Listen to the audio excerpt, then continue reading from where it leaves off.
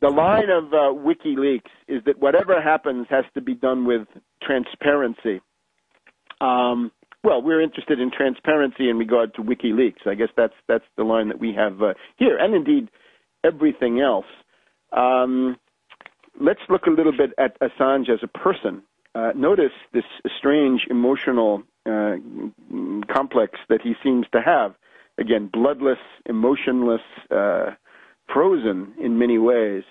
What's his background? Well, according to the New York Times, Wikipedia, others, he lived the life of a nomad even before he became a computer hacker in the 1990s. He grew up with parents who were part of a touring theater company.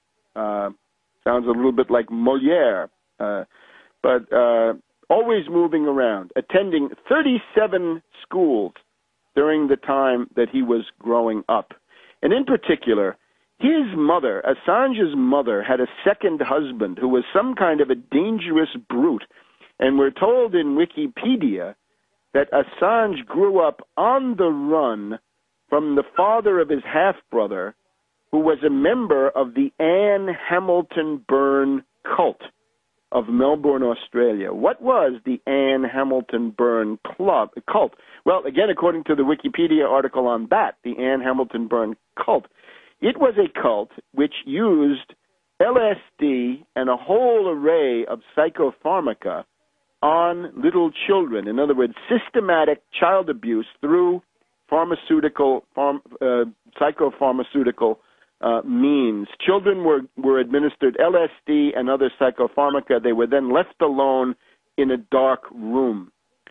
I think the emotional complexion that you see with Assange might be coherent with somebody who got LSD at an early age and was left alone in a dark room. Who knows? He should speak up on this issue if he wants to be transparent. Let's have some transparency if that's the goal in life, right? I think the goals are actually, there are other goals that might be more important than transparency.